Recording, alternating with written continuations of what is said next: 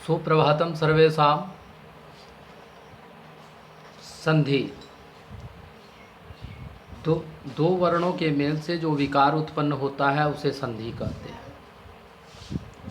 संधि के भेद, संधि के मुख्यतः तीन भेद हैं: स्वर संधि, व्यंजन संधि, विसर्ग संधि। तो आज यहाँ हम आपको केवल स्वर संधि के बारे में जो है ये करेंगे। तो स्वर संधि के मुख्यतः 5 भेद होते हैं: दीर्घ संधि, गुण संधि, वृद्धि संधि, यन संधि और अयादि संधि। तो चलिए सबसे पहले जो है हम इसमें इस 5 भेद में हम दीर्घ संधि को समझने का प्रयास करते हैं।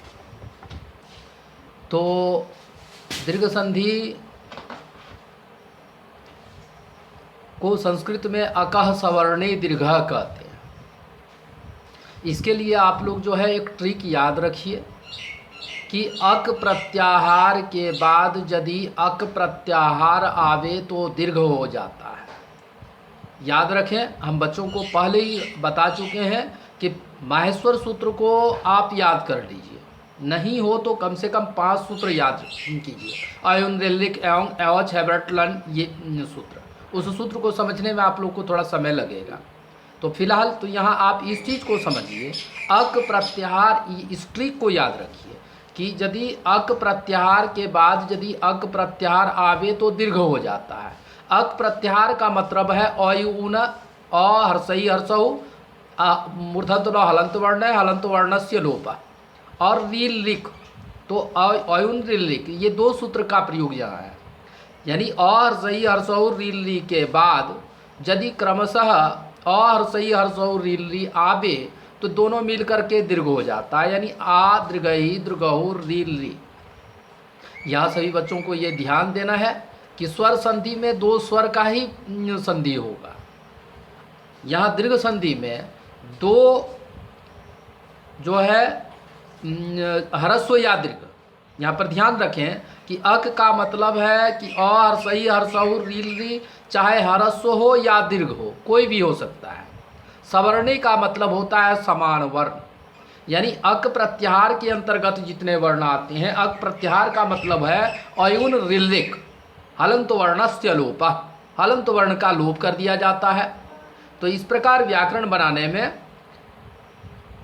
हलंत वर्ण का प्रयोग नहीं किया जाता है। तो यहाँ आ हर्षई हर्षऊ रील ली, ये 4 वर्ण के बाद यदि क्रमशः आ हर्षई हर्षऊ रील ली आता है तो इस स्थिति में यह दीर्घ हो जाता है। यानी आ दीर्घई दीर्घहु री और री, ये हो जाता है।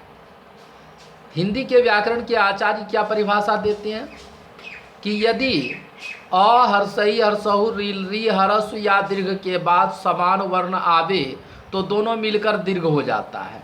जैसे पुस्तक प्लस आलय बराबर पुस्तकालय। यहाँ पुस्तक में अ वर्ण का और आलय में आ का, ये दोनों का संधि हुआ है। दोनों अ प्लस आ मिलने से आ बना है।